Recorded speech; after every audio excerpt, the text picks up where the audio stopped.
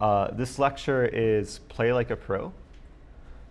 And today I'm not going to necessarily show games of pro players, but I'm going to show openings and why they're not common at the professional level.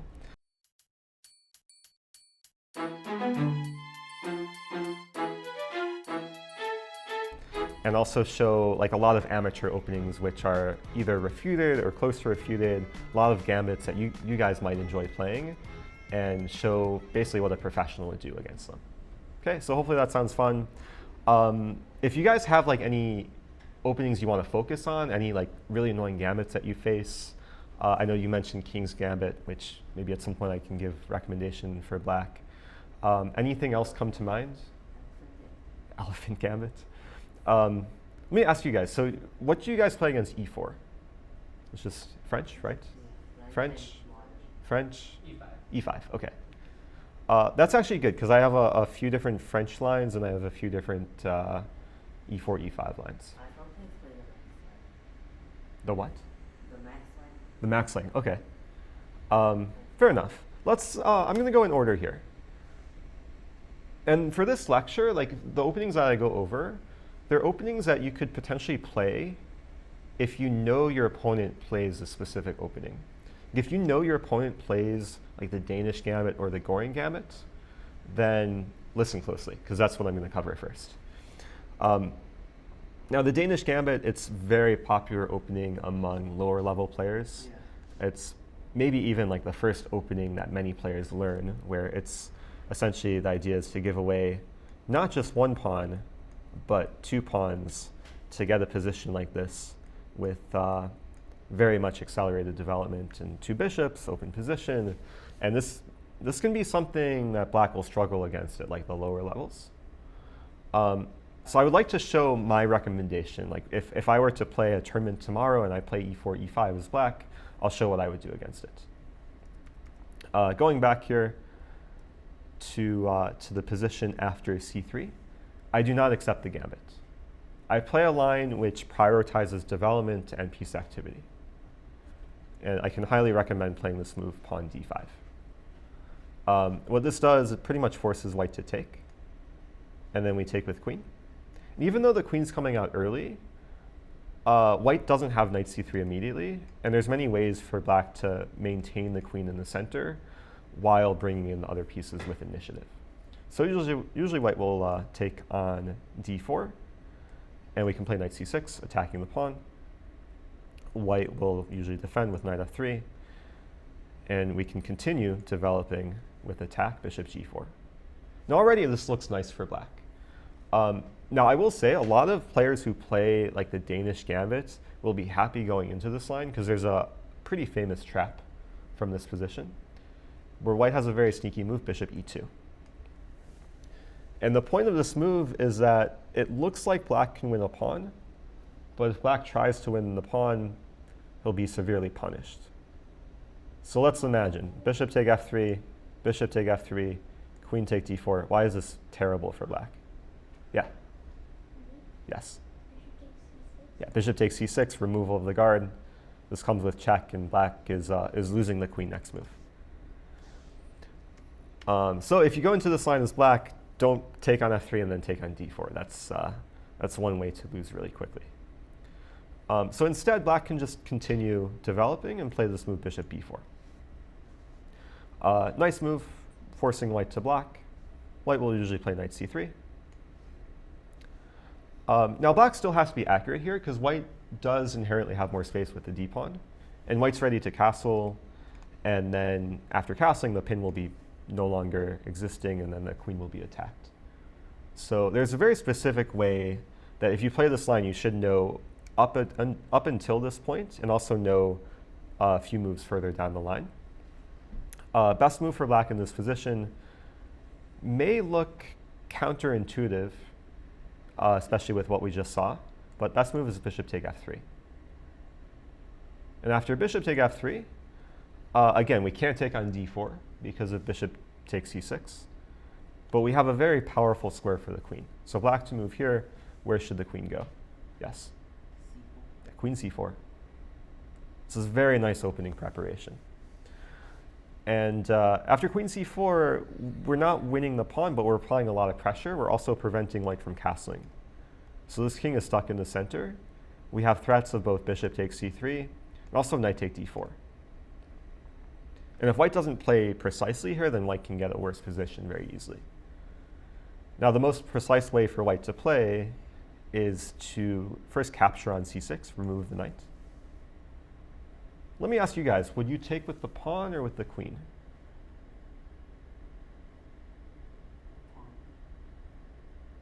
Take with pawn? What do you guys think? First impression? Queen? So 2 votes for pawn, 1 vote for queen. The best move is actually to take with the pawn. Even though this is allowing double pawns, we want the queen to be on c4 to prevent white from castling. And we'll see later on in the game that these double pawns aren't that weak because white won't have too many ways to attack them, and they're very easily defended. And white's still under pressure here because queen on c4 is very annoying. The threat is still bishop take d3 or bishop take c3. And if a move like bishop d2 is played, that would lose d4. So white's best option usually is to play queen e2 to just initiate the queen trade. And then black should be happy taking on e2 and then queenside castling. Now, this might not seem like the most exciting line because a lot of pieces got traded very early on and it just seems kind of like a balanced position. But this is actually a very nice position for black, and there's a lot of potential to outplay white in this sort of queenless middle game, where essentially black has a very clear target, the isolated pawn in d4. And black has a way to attack the pawn with all the different pieces. And just to illustrate the setup here that black would like to go for, usually the knight should go to f5 via e7. The bishop can drop back to b6. And the rooks can quite often double up on the d file. And then there would be already 4 attackers if black achieves that setup. And also, if there's any potential pin along the d file, which could happen quite often, then c5 could be a resource as well. Additionally, these pawns on actually all of the queenside pawns are very easily defended, not only with this rook d6 move, but also with king b7. So if you get to this position and just remember where your pieces should go, I think black has very good chances to outplay white. I played this line once before in a tournament game many years ago. It was back in high school. And I played it against a player who had like a very aggressive style. Like he likes to have attacking positions with queens on the board. And this is usually the style of most Danish Gambit players, where they want to be attacking early on. So if you can find some opening preparation like this, which neutralizes the position and kind of goes against their style, it can be very powerful. So hopefully that makes sense to everyone. If anyone wants to look into this further, you can find games in ChessBase. We just click search here in the database. There's been over 200 games played from this position, and black has a pretty good score. What's that? Also Lichess, yeah. Yeah, so I'm using ChessBase for this lecture. If we were on Lichess, we could just go into the Masters database or the Lichess database. But one thing that actually kind of sticks out in this position, and maybe you can see the rating differential. Like black I've sorted by black rating, but we can see like the top black players are usually playing much lower rated white players. So yeah, I wanted to make one more point here, that if we go back to the start, we saw the Danish Gambit with d4 immediately. The Goering Gambit is when white plays knight f3 first, and then plays d4. And then after e take d4, white can play c3. And this is the start of the Goering Gambit. And again, I mean, you could accept the Gambit, but I would recommend playing d5 here. And this should lead to just a direct transposition. If white takes, we take, pawn takes, bishop g4, it's the same position we had before. So it makes sense. Do you find this useful, being the only e5 player here? So you could run into this. Okay. Yeah, if you always take, then this is a nice way to mix things up. So let's move on. I'll try and get some variety, given that I have a few more e4, e5 lines, but we'll try and be fair and balanced, and we'll take a look at a French gambit. Yeah. Okay. If you're a French player, you should at least know what the Milner-Barry is, and you should know some extent to how to deal with it. It can be a very, very dangerous opening if you're not prepared. Yeah, it's a type of opening. Like if you're not prepared, you can run into trouble like very early, but if you're well prepared, you should get a better position from the opening. So French defense, we'll see one of the most common variations, at least to start with, the advanced variation, pawn e5. And of course, the idea of the French is to try and break down White's pawn center. White plays c3, knight c6. This is all very standard. White will usually play knight f3. One quick test for you guys. Bishop e5 is a move that will be played by a lot of amateurs because it looks like a pin, and I guess sometimes people like pins. In this case, it's not such a great move because black has a simple response, bishop d7. And then after knight f3, black is actually winning a pawn. It's a very well-known tactic here. Yeah, both of you. What is it? Yeah, knight take e5. Just a classic French tactic. Given that this bishop's undefended, if white takes back on e5, we take on b5. And if bishop take d7, we take back with the knight. Just free pawn. So that's useful to know. White will usually play knight f3, queen b6, main line. And now the start of the Milner-Barry, the start of the Milner-Barry is when white plays bishop to d3. And this is a sneaky move because it looks like white's leaving the pawn undefended right away on d4. Of course, black can't take this pawn. Even though there's, 3 attackers and there's 2 defenders, if black takes. If you say takes too many times in a row, it sounds like steak. And then I get hungry. But anyway, after queen take d4, white to move. Check. Yeah, bishop e5. Simple tactics. So the pawn is defended by tactics, essentially. However, when white plays bishop d3, usually the intention will be to sacrifice the pawn. And the best move for black here is to take first and then play bishop d7. And now what we're doing, we're blocking the future bishop e5 check, and now we are threatening to take the pawn on d4. Is the gambit in the castle because once So the Milner-Barry is when white castles. yeah. I will say that a lot of players will kind of walk into this position unknowingly as white, and just like, so far white's just played natural moves. And then they'll realize here that their pawn is in danger, and then they'll start trying to defend the pawn. But it turns out white has no great way to hold on to the pawn. Like if bishop e3, then b2 hangs, right? And if bishop c2, there's a nice move for black in this position. Anyone? Yeah? Knight b4, very strong. Essentially, not really focusing on the pawn anymore, but focusing on this bishop.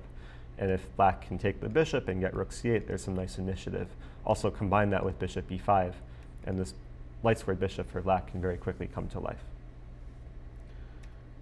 So castling is the best attempt for white to get compensation for the pawn. I keep. And you're a French player and you take the pawn, yeah? Okay.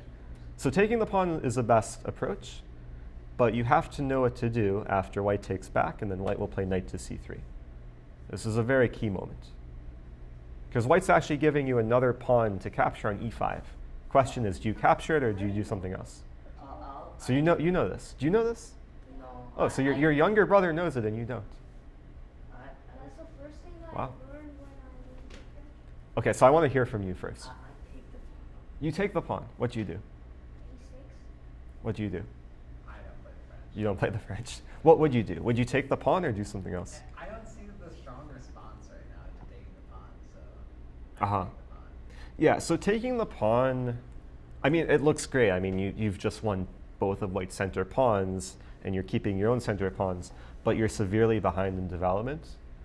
And the problem with this line is white gets very quick initiative, rook e1. I wonder Let's say your queen goes back. You say you blunder with queen, queen c7, yeah, there's knight take d5, right? and that would be tragic. It's probably going to be tragic anywhere your queen moves, because if queen d6, very strong move for white, knight b5. And you're just getting hit from multiple directions. If you play queen c6 here, just trying to save yourself, then there's bishop f4. And like white has brought in like the rest of his pieces while making threats. And your whole king side's undeveloped, and now there's threats of knight c7. There's also ideas of rook c1. I don't think black is going to be surviving for too long. So I guess the lesson here is you want to be greedy, but not too greedy. Like you take the first pawn, don't take the second pawn. And you're exactly right. If you've seen this before, then this is very important to remember. A6 is a very strong move for black. It looks like a waste of time. I mean, it seems like black should focus on kingside development, but this is a very strong prophylactic move. In these situations, if you can just slow down, or in this case, prevent white's source of counterplay, then white will actually be the one struggling to find compensation for the pawn.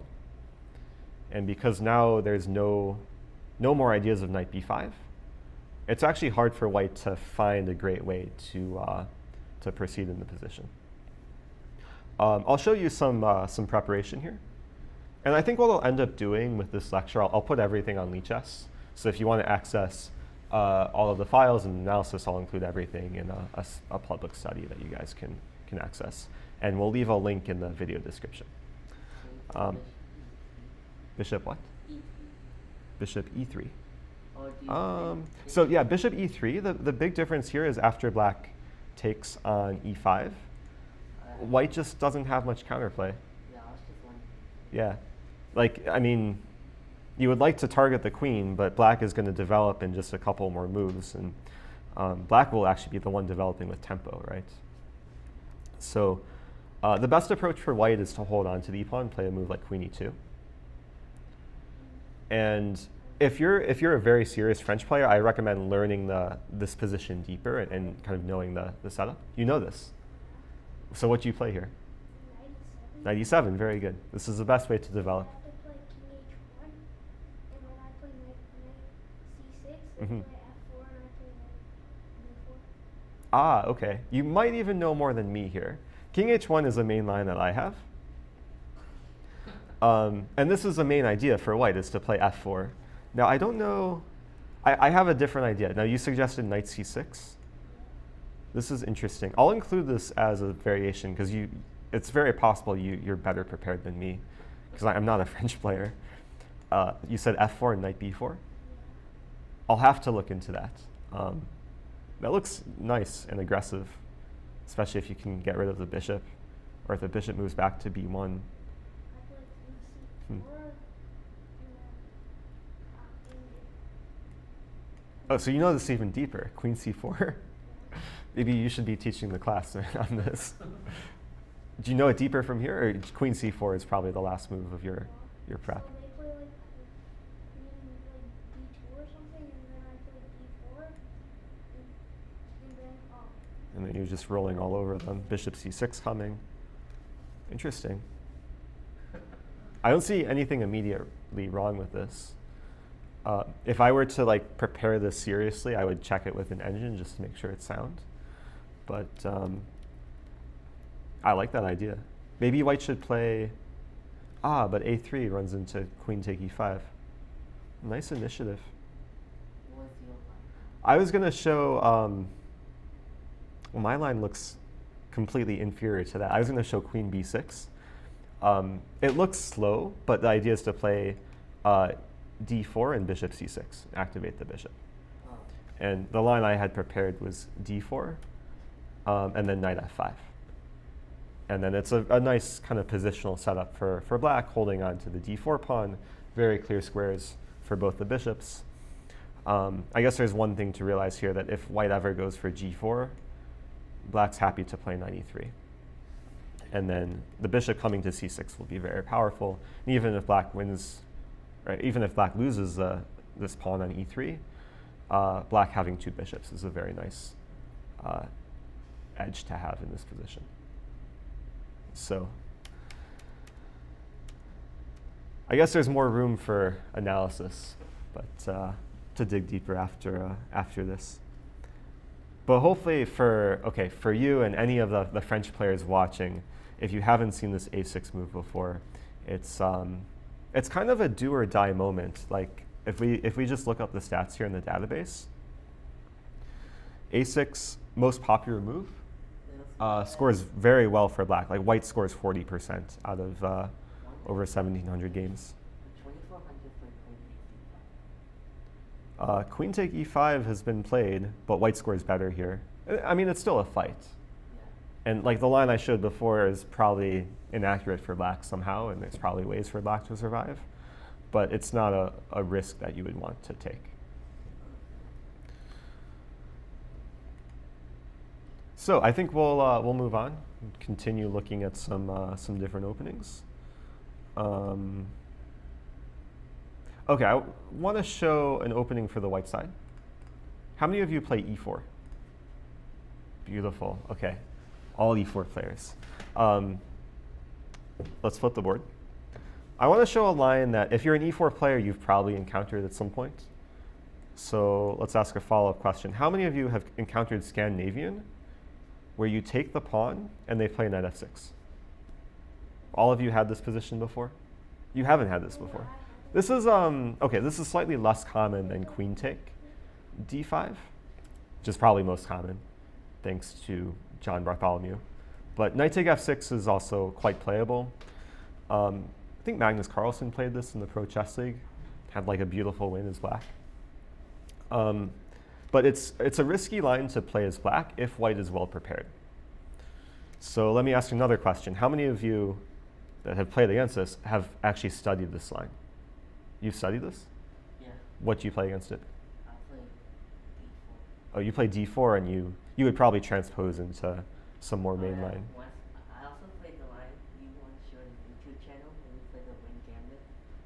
Oh, the wing gambit, or this b4 move. Yeah. But you can only play that against queen take d5, and then queen a5. So this is a bit different. Oh yeah. If you play d4 here, this is probably the most common move. As far as I understand, black is getting a fine position after bishop g4. I would recommend a more challenging variation to knight f6. And I'll admit that I don't have like every line prepared, but I have kind of a good start of what the recommendation should be for white. I'll actually keep this on training mode for now. But the move I recommend here is bishop b5. I think this is the best move to fight for an advantage. What we're actually trying to do is holding on to the d5 pawn. We're forcing black to block on d7. Let's say bishop d7. And then we play bishop c4. So we obstruct the queen from attacking the pawn, and we're trying to hold on to the pawn. Now there's a few different lines for black here. I think the two main moves are either bishop to g4 or b5. I want to start with b5 because this is an exciting variation to show. And what I'm going to show you is somewhat of a secret novelty. Like I don't think I've shared this with too many other players. I may have played a game on stream in this line like once, but I've never had this in like a tournament game. So this is slightly secret preparation. Okay, bishop b3, logical move. Let's say black plays a5. White can play a4 here, preventing black from playing a4. And we're approaching the key moment. Have you seen this before? No. Or no? Okay.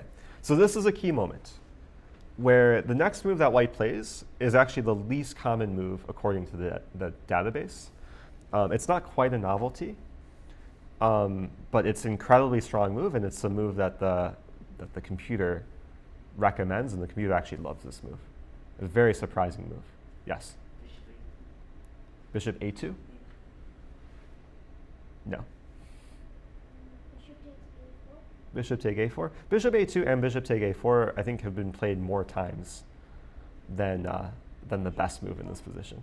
You said bishop c4? No. What else can white consider? Apart from moving the bishop. You said queen e2? You said rook take a4? Yeah, rook take a4 is the move. Just to show the database, like the stats are interesting here, because white has played all the bishop moves more times than rook take a4. Rook take a4 has only been played 3 times. But it's a top computer move, and there's some very deep preparation resulting from this exchange sacrifice. And this is something like, if you know this line, you could very easily get against like a strong player, like a strong master could stumble into this. And if you're prepared further, you could get a very nice advantage from early on. So usually black will be inclined to take and try and weather the storm. You take back, and let's say knight bd7. And you have to be accurate here with how you kind of maximize your temporary advantage, because you're more developed, or you're quicker to castle than black, and you have to play accurately to prevent black from castling. So the move to start with here is to play knight f3. What we want to do is play knight e5 and start targeting this knight on d7, which is pinned. If black tries to take on d5, I doubt this is at all good. I mean, for starters, there's bishop c6. White could even also consider knight e5. And white should be happy to go into this. Usually black will play g6. Actually, I shouldn't say usually black will play, because there's been so few games in this. But I think the most human move is to play g6, going for bishop g7 and castling. And this is where white has a nice continuation to just not allow black to complete castling, starting with knight e5, bishop g7, and now knight c6. Very nice outpost.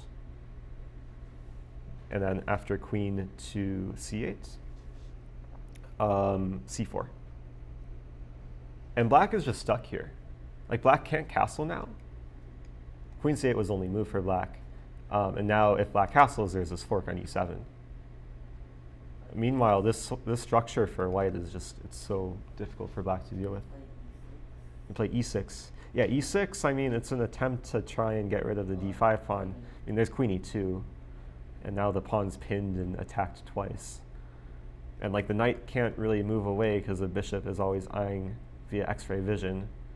If the knight moves away, there'd be knight a7. So it feels like Zugzwang, yeah. And the computer will give like +1 to +1.5 around this position, which is a huge advantage given that white is down the exchange for a pawn. Black is just stuck. I think the top move is something like king f8. And then white can just castle, and black is still stuck. Like, this rook can't really enter the game on h8, or a8 for that matter. And e7 is a constant problem for black. Like, white is ready to play moves like rook e1 and queen e2. Also complete development. Like, white has so many natural ways to improve, and black will just be stuck. So I first saw this several years ago. A friend actually shared it with me, and it was a friend's secret, but now the secret is being revealed. So I've realized sometimes it's more fun to share opening preparation, because if I can't get it myself in a game, at least maybe I can show it to other people who will get it in a game. What about John Bartholomew? Well, John usually takes on d5 and then goes back to d8. So sometimes, yeah, maybe I'll trick him like once. I actually trapped John on one of his streams with this different trap. I can show that real quick. It wasn't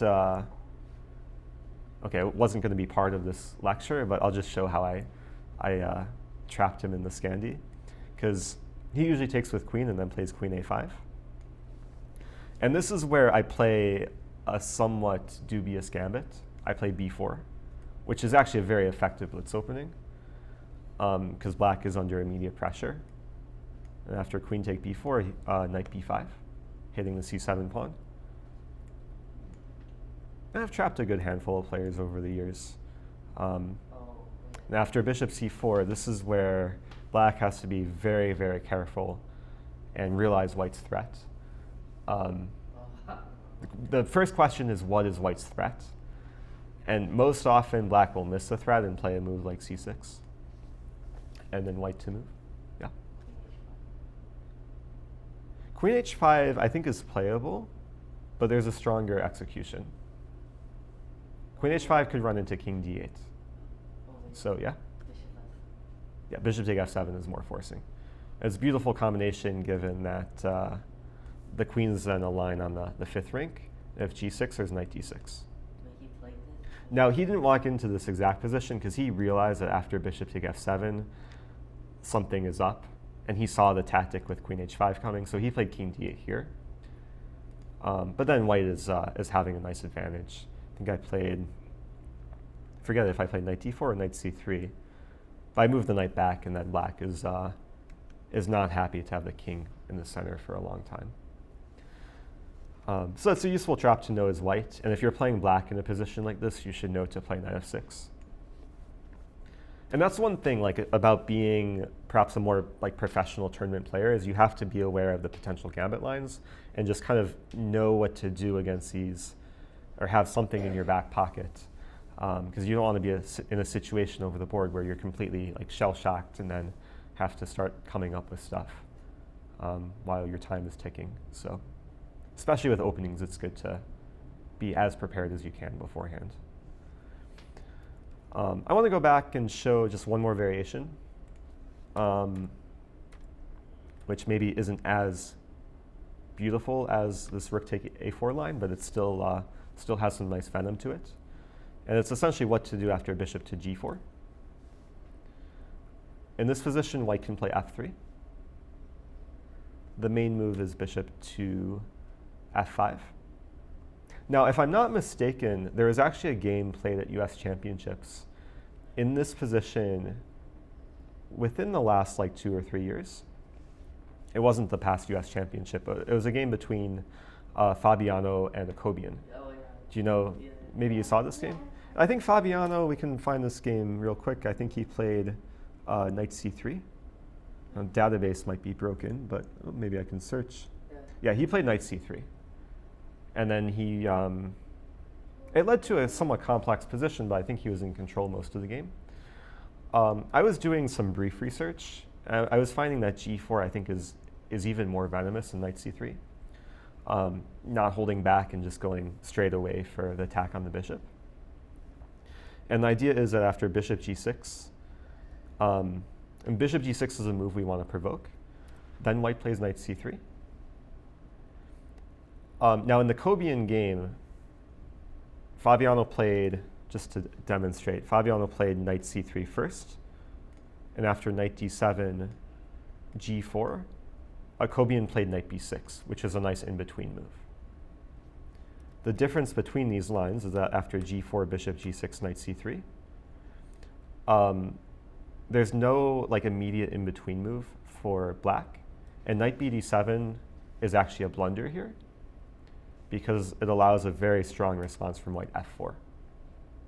And this is, okay, this is somewhat of computer preparation, but computer will give plus 0.8 for white because the threat of f5 is so strong. White's also up a pawn here too. And I think a move like knight b6 is just simply met with bishop b3, and black has no time to take on d5 because f5 is happening, and the pawn can be reinforced also with queen f3. Yeah. And then h6 or something? Yeah, so h6 I assume maybe start with f5, force bishop h7, then play queen f3. And it's just complete domination for white.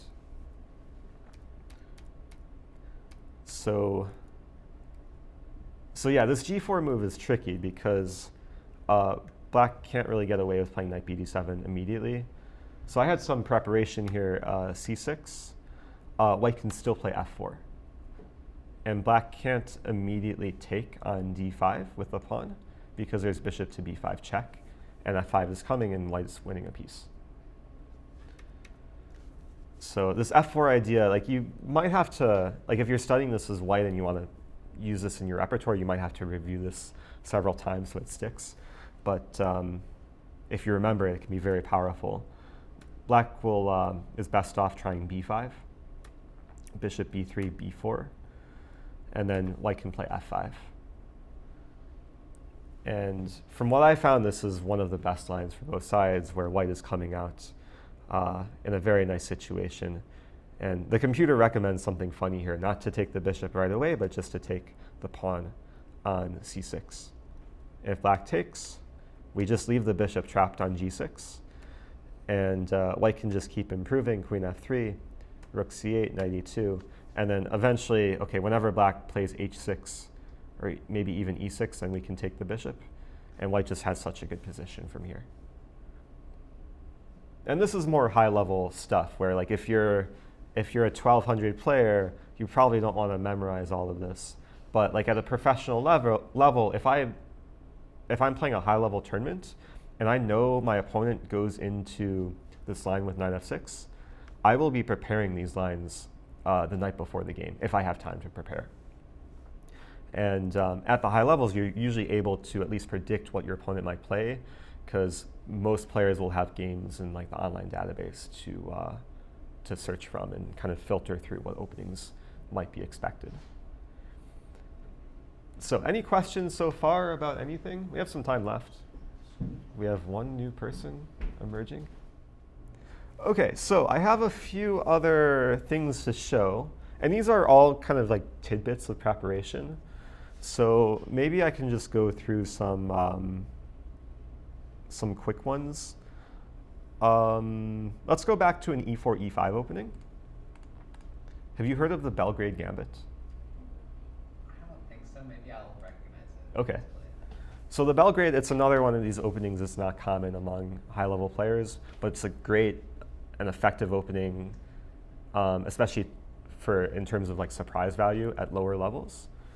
And I've recently started playing it online, and I've had some nice success with it. And it starts from a 4 knights, where if white wants to play the Belgrade, he can play d4, which is 4 knight Scotch. But then instead of taking on d4, white can play knight d5. And this is the start of the Belgrade. And just to show like one line how dangerous this could be if black goes wrong, I'll just show a part of a game that I played the other day where my opponent took on d5, played knight e7, I took on d4, already like much better for white, just great center, white won back. White didn't even gambit a pawn, material is equal. Then my opponent played c6, which is a terrible move in this position. And then white to move, yeah, d6, attacking the knight, and whenever or wherever the knight moves, there's queen e4 check. And black has to block with something on e7, and white just wins a piece. I can actually go ahead and show the whole game, because it was 3 more moves. After my opponent went back to e7 with a knight, I didn't take it immediately. So when there's a pinned piece, you don't always have to like take it. Like there's not always a rush. I played bishop c4. Did you see this game? Oh, I put this on my YouTube channel. And then in this position, my opponent played like one of the worst possible moves. F5 is pretty bad. He played a move which is essentially leading to forced mates. What he should have done is play a move like queen a5, just give his king some breathing room, but he played b6, preventing himself from playing queen a5. Then after knight g5, it's just forced mates, because there's no way to defend f7. So just a funny game, goes to show that, okay, with the Belgrade, it's possible to win quite quickly. But switching sides, let's say you're playing black, and you take on d4, and they play knight d5. This is not a position where you want to like start thinking. This is a position that you probably want to have studied before and at least have some game plan what to do. Now, out of curiosity, before I show you guys like the best approach, let me get some first impressions. Like, what would you guys play in this position? Would you take the knight? Would you take the pawn? Do something else? Yeah. Bishop c5, playable. Any other suggestions? Okay, let me show the best continuation for black. The best move here is very unusual. It violates a couple opening principles, but it's an incredibly strong move the more you look at it. E4?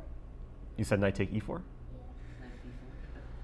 Knight take e4, probably queen e2. and that could be risky.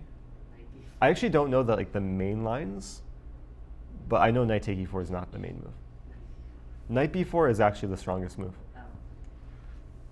You move away from the center, you move the same piece twice, but this is a counterattack. You're just attacking the knight on d5.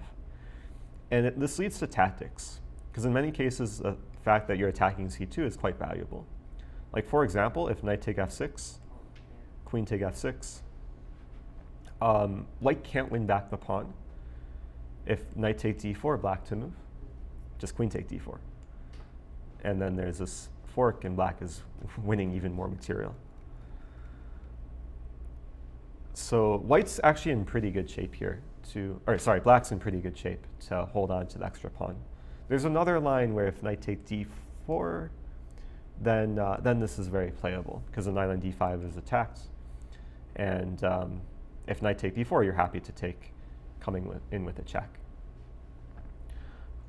So this is just kind of a simple thing. Like, if you know knight b4, you can probably figure things out from there.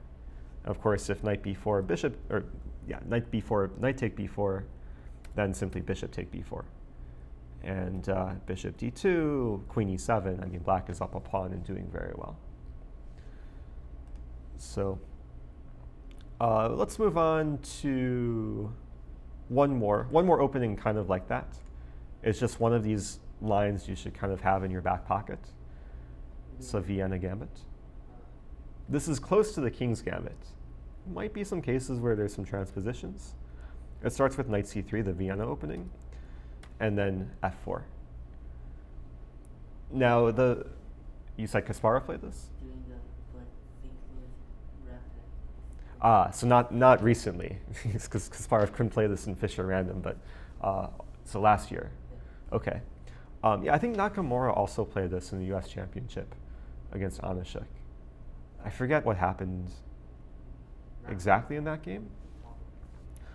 Anyway, if you're playing black here, the recommended move is to play d5. You don't accept the gambit, but you challenge the center right away, especially because white has moved the f-pawn. You want to maybe open the center and weaken white's position. White will usually capture on e5. No, you don't want activation. And then you can capture on e4. And the line I want to show, the line I want to show here is what happens after white plays queen f3. It's not the most popular move. Most popular is knight f3, and leads to balanced play for both sides.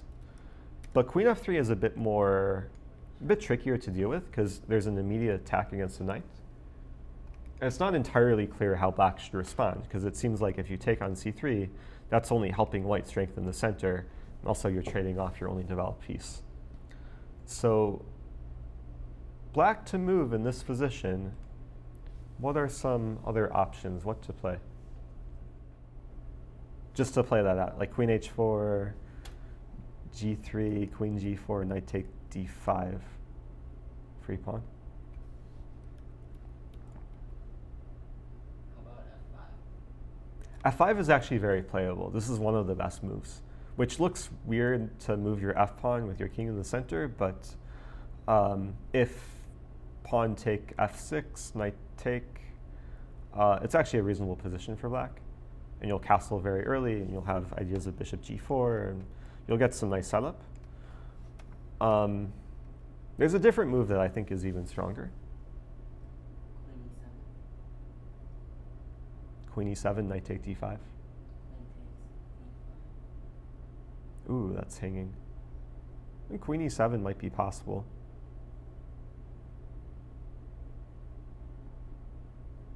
It could lead to trades though, like if knight take e4, queen take e5. It might be possible. I'm going to show you just the recommendation though. It's to play somewhat of a counter-attacking move, knight c6. And this is a move that, like, if you haven't seen this before, it's easy to overlook because the focus is on e4. But you're going for counterplay. There's actually a really nice idea here that if knight take e4, you don't take back immediately, but you play knight d4. You said knight d4? I said knight B. Oh, you said knight b4. Knight d4 is even stronger because you attack the queen, and your knight will very soon be defended by your own queen. And if we imagine, there's a few traps that white can fall into. Like if white plays queen d3, trying to defend everything, and then ends up taking on e4, there's bishop f5. Like black's piece is just coming to life so quickly. There's another trap, let's say queen c3. Oops. Queen c3. Let's say you take. And now let's say d3. Okay, you saw this coming. But black to move in this position and win material. Yeah, bishop b4. So it's quite easy for white to just completely fall apart with this knight very actively placed in the center. Of course, after queen take b4, there's this fork in c2. So this is just another tidbit of preparation. Things could branch out, and I do have some other lines that like we could investigate. Like bishop b5 would be the main line here, and this is where I would recommend taking on c3, and then actually going for a queen trade. And I'll just show like what I would prepare if I thought I might go into this in the tournament. Queen h4, trade queens, allowing white to double these queenside pawns, but then black gets the bishop pair, and the bishop can develop nicely to c5. If white plays d4, we're happy to trade. Bishop a6. And if d4 again, we can play bishop to e7. And usually when I'm preparing an opening, at some point I'll stop the preparation and just have a position where I kind of know the longer term plans. And I think this is another difference between maybe lower level players and higher level players is when you end your preparation, the higher level players will kind of have an idea what to do later. And in this case, it's useful to know like where the pieces should go and what the ideas are for black. So of course here we want to undermine white's nice looking center, and if the position opens up, then the two bishops will be a very nice advantage. I will also say this was supported with some computer preparation. I think the computer says like minus 0.5, so it actually favors black quite a bit for it being equal material. So that takes us just about to the end. There are a lot of openings I wanted to show but didn't get to, so we might have to continue this next week. But for now, I think I'm going to end it there. So thanks for watching.